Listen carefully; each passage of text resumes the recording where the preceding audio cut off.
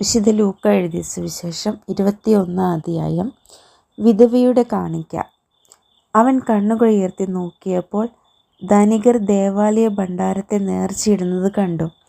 ദരിദ്രയായ ഒരു വിധവ 2 ചെമ്പ് തൊട്ടുകൾ ഇടുന്നതും അവൻ കണ്ടു.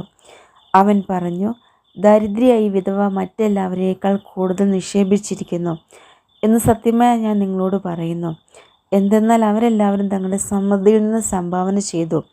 ഇവളാകട്ടെ തൻ്റെ ദാരിദ്ര്യത്തിൽ നിന്ന് ഉപജീവനത്തിലുള്ള വക മുഴുവനും നിക്ഷേപിച്ചിരിക്കുന്നു.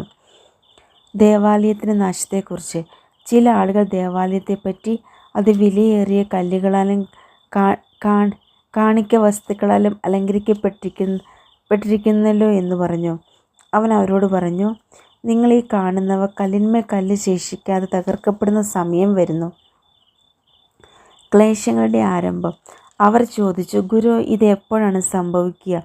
ഇതെല്ലാം സംഭവിക്കാൻ തുടങ്ങുന്നതിന് അടയാളം എന്താണ്? അവൻ പറഞ്ഞു, ആരും നിങ്ങളെ വഴിതെറ്റിക്കാതിരിക്കാൻ സൂക്ഷിച്ചു കൊള്ളുവിൻ. എന്തെന്നാൽ പലരും അവൻ ഞാനാണ് എന്നും സമയം അടുത്തും എന്നും പറഞ്ഞുകൊണ്ട് എൻ്റെ നാമത്തിൽ വരും. നിങ്ങൾ അവരുടെ പിന്നാലെ പോകരുത്. യുദ്ധങ്ങളെയും കലഹങ്ങളെയും കുറിച്ച് കേൾക്കുമ്പോൾ നിങ്ങൾ ഭയപ്പെടരുത്. ഇവയെല്ലാം ആദ്യം സംഭവിക്കേണ്ടതാണ്, എന്നാൽ അവസാനം ഇനിയും ആയിട്ടില്ല. അവൻ തുടർന്നു, ജനം ജനത്തിനെതിരെയും രാജ്യം രാജ്യത്തിനെതിരെയും തലയുയർത്തും. വലിയ ഭൂകമ്പങ്ങളും പല സ്ഥലങ്ങളിലും ക്ഷാമവും പകർച്ചവ്യാധികളും ഉണ്ടാകും. ഭീകര സംഭവങ്ങളും ആകാശത്തിൽ നിന്ന് വലിയ അടയാളങ്ങളും ഉണ്ടാകും. ഇവയ്ക്കെല്ലാം മുമ്പ് അവർ നിങ്ങളെ പിടികൂടുകയും പീഡിപ്പിക്കുകയും ചെയ്യും.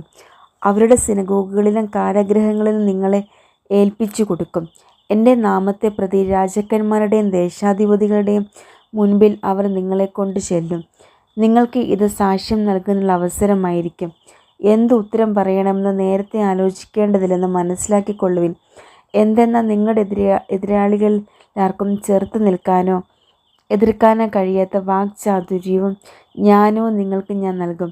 മാതാപിതാക്കന്മാർ, സഹോദരർ, ബന്ധുമിത്രാദികൾ, സ്നേഹിതർ എന്നിവർ പോലും നിങ്ങളെ ഒറ്റിക്കൊടുക്കും. അവർ നിങ്ങളെ ചിലരെ കൊല്ലുകയും ചെയ്യും. എൻ്റെ നാമം നിമിത്തം നിങ്ങളെ എല്ലാവരും ദ്വേഷിക്കും.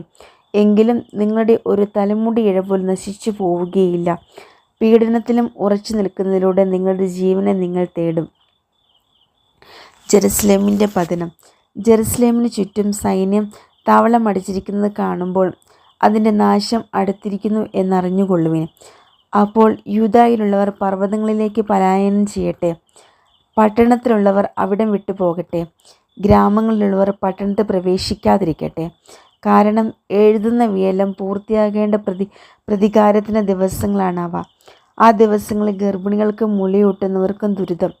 അന്ന് ഭൂമുഖത്ത് വലിയ ഞെരുക്കവും ഈ ജനത്തിൻ്റെ മേൽ വലിയ ക്രോധവും നിബദിക്കും. അവർ വാളിൻ്റെ വായ്ത്തലയേറ്റ് വീഴുകയും എല്ലാ ജനതകളിലേക്കും തടവുകാരായി കൊണ്ടുപോകപ്പെടുകയും ചെയ്യും. വിജാതിയരുടെ നാളുകൾ പൂർത്തിയാകുന്നതുവരെ അവർ ജെറുസലേമിനെ ചവിട്ടി മെതിക്കും. മനുഷ്യപുത്രൻ്റെ ആഗമനം. സൂര്യനിലും ചന്ദ്രനിലും നക്ഷത്രങ്ങളിലും അടയാളങ്ങൾ പ്രത്യക്ഷപ്പെടും. കടലിൻ്റെയും തിരമാലകളുടെയും ഇരമ്പൽ ജനപദങ്ങളിൽ സംഭ്രമമുളവാക്കും. സംഭവിക്കാൻ പോകുന്നവയെ ഓർത്തുള്ള ഭയവും ആകുലതയും കൊണ്ട് ഭൂവാസികൾ അസ്തപ്രജ്ഞരാകും. ആകാശശക്തികൾ ഇളകും. അപ്പോൾ മനുഷ്യപുത്രൻ ശക്തിയോടും വലിയ മഹത്വത്തോടും കൂടെ മേഘങ്ങളിൽ വരുന്നത് അവർ കാണും. ഇവ സംഭവിക്കാൻ തുടങ്ങുമ്പോൾ നിങ്ങൾ ശിരസ് ഉയർത്തി നിൽക്കുവിൻ. എന്തെന്നാൽ നിങ്ങളുടെ വിമോചനം സമീപിച്ചിരിക്കുന്നു. ഒരു ഉപമ അവൻ അവരോട് പറഞ്ഞു. അത്തിമരത്തെയും മറ്റു മരങ്ങളെയും നോക്കുവിൻ. അവ തളിർക്കുമ്പോൾ വേനൽക്കാലം അടുത്തിരിക്കുന്നു എന്ന് നിങ്ങൾ അറിയുന്നു. അതുപോലെ ഇക്കാര്യങ്ങൾ സംഭവിക്കുന്നത് കാണുമ്പോൾ ദൈവരാജ്യം സമീപിച്ചിരിക്കുന്നു എന്ന് മനസ്സിലാക്കിക്കൊള്ളുവിൻ. സത്യമായി ഞാൻ നിങ്ങളോട് പറയുന്നു, എല്ലാം സംഭവിക്കുന്നത് വരെ ഈ തലമുറ കടന്നു പോവുകയില്ല.